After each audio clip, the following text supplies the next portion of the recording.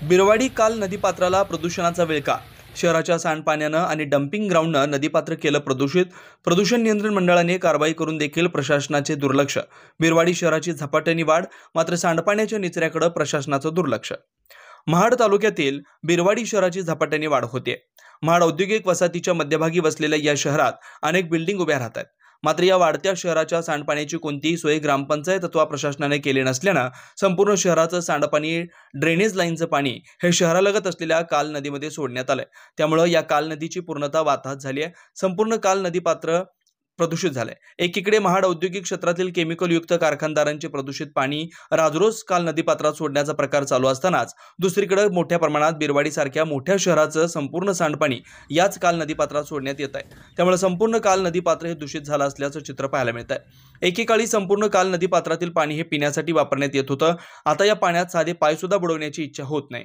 त्याचप्रमाणे ग्रामपंचायतला स्वतःच असं डम्पिंग ग्राउंड नसल्यानं संपूर्ण घनकचरा हा नदीकाठी उघड्यावर टाकला जातोय। हा संपूर्ण घनकचरा पावसाळ्यात नदीपात्रात वाहून जातोय। यातच भर म्हणून की काय बिरवाडी शहरातील शोषखड्ड्यांचं मलमूत्र एका उघड्या जागेवर सोडण्यात येतंय। त्यामुळे संपूर्ण काळ नदी आता प्रदूषणाच्या विळख्यात सापडली आहे। याच नदीवर आज देखील काही गावांचं पिण्याच्या पाण्याचं जॅकवेल असल्याचं पाहायला मिळत आहे।